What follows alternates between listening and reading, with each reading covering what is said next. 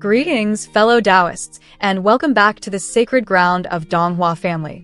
In the 165th chapter, after perfected One Xiao, Yan once again met Feng Qing'er. The flame of the Flame Emperor taught the arrogant woman from the heavenly demon phoenix tribe a lesson she would never forget. However, the path to the great fortuitous encounter of the Bodhi ancient tree was by no means a smooth one. Before the cultivators lay a horrifying heavenly tribulation, an earth-shattering beast tide, where 10,000 beasts gathered, their demonic aura flooding the heavens. The great war erupted, and killing intent surged. The horde of demonic beasts was like a bursting flood, roaring under the command of their beast king, their cries shaking both heaven and earth. In a flash, countless cultivators with weaker cultivation bases were torn apart by sharp claws, their flesh and blood sent flying. Desperate cries for help were quickly drowned in a savage sea of roars. Many were viciously mauled, their primordial spirits struggling to escape. The scene was like an Azura's hell, where the life force of all things was withering away. At this moment, the heroes dared not hide their skills. Each one channeled the spiritual energy in their bodies and summoned their Dharma treasures, charging into the sea of beasts for a bloody battle. In the air, divine abilities clashed, and world-shaking explosions echoed ceaselessly as the great earth cracked. Fighting while breaking through the siege, they all finally reached the end of the path, which was protected by a luminous barrier. As long as they could pass through this barrier, they could escape this trial of life and death. But that short path was the border between life and death. Many cultivators were dragged back by demonic beasts before they could even touch the barrier, their bodies perishing and their Tao vanishing. Fellow Taoists, go on ahead. This humble one will cover the rear. Xiao Yan shouted, his figure standing tall like a mountain. The heavenly flame in his hand transformed into a roaring fire dragon, holding back the ferocious wave. One by one, his fellow Taoists made it safely through the barrier. Facing tens of thousands of beasts alone, Xiao Yan had to utilize all his Dou Qi, fighting to the death to defend the path. But after everyone entered, they had to immediately channel their spiritual energy to reinforce the luminous barrier, as the beast tide was attacking it with insane ferocity. Outside, Xiao Yan fought single-handedly, the Dou Qi in his body being consumed at a dramatic rate. When the last person was safe, a terrifying attack sent him flying into the barrier, the impact throwing him backward. By the time he stabilized himself, he could only see tens of thousands of demonic beasts outside the barrier, roaring madly, wanting to shatter the seal. A long time later, the beast tide finally began to retreat, and everyone could breathe a sigh of relief. However, those old foxes from the Soul Clan had used the chaos to vanish without a trace. Without a moment's hesitation, Xiao Yan led the heroes as they transformed into streaks of light, tearing through the wind in pursuit. After passing through a thick layer of fog, a world-shaking sight appeared. An ancient divine tree, radiating a blazing golden light, stood majestically between heaven and earth. The rhyme of the ancient Tao and a pure life force permeated the space. This was the legendary Bodhi ancient tree. Is this the spiritual root of heaven and earth, the Bodhi ancient tree? Xiao Yan muttered in astonishment, a fire igniting in his eyes. Suddenly, from within the divine tree, a source of light more brilliant than the sun itself erupted. The cultivators realized it was the very essence of the divine tree, the Bodhi heart. A feverish greed appeared in everyone's eyes.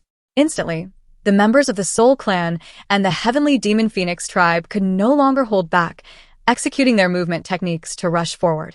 Watching them, Xiao Yan remained calm and spoke in a deep voice to his fellow Taoists. The Bodhi ancient tree is a heavenly and earthly treasure of this caliber. It would be strange if there were no dangers. Let them scout the path for us. As soon as his words fell, the space around the divine tree suddenly twisted. 5 black shadows, like demon gods, silently appeared, blocking everyone's path. At the same time, an earth-shattering pressure like Mount Tide descended upon them, causing the faces of all the experts present to turn deathly pale. They realized with horror that these 5 figures were all experts of the half-saint realm. 5 half-saints, yet they possess not a single shred of life force. Xiao Yan took in a cold breath. Sun Er replied softly, "That's right. They are merely puppets." Han Yu of the Soul Clan muttered, "These are the ancestors recorded in our ancient texts. Weren't they lost along with the Bodhi ancient tree? What shall we do?" Gu Qingyang asked with a grave expression. Xiao Yan's gaze was as sharp as a blade. He scanned the crowd, then said decisively, "We must all join forces if we hope to find a path to survival. We must stake our lives in a battle against these half-saint puppets." After a brief discussion, the various powers reluctantly agreed. Xiao Yan raised his voice again. "If no one wishes to retreat, then the only path left is a bloody battle. We will block one of them. The other 4 are yours.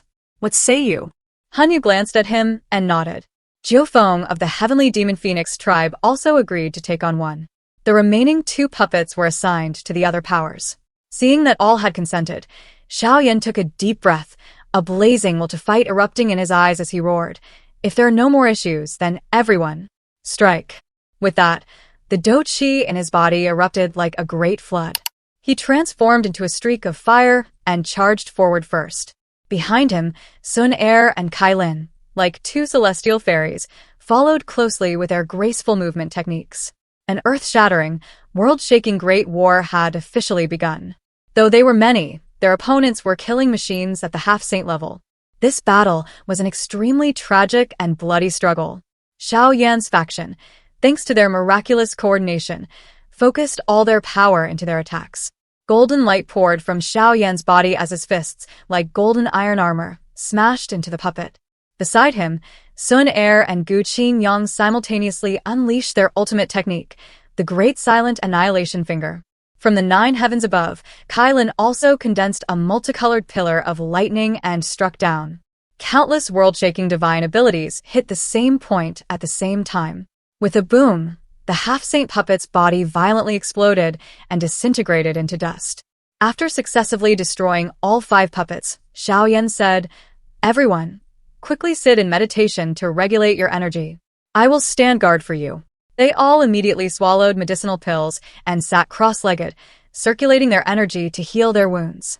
After the group had recovered a fair amount, Xiao Yan looked towards the Bodhi ancient tree with a profound gaze and said, "The path ahead will surely be countless times more perilous.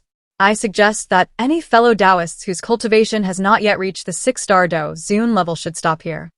As he finished speaking, those with sufficient strength all nodded, their will to fight undiminished. So, after passing this protective ring, what challenges await them ahead? In whose hands will the grand destiny of the Bodhi heart fall? Be sure to follow the next developments on the Donghua Family channel. Greetings and until we meet again, fellow Taoists.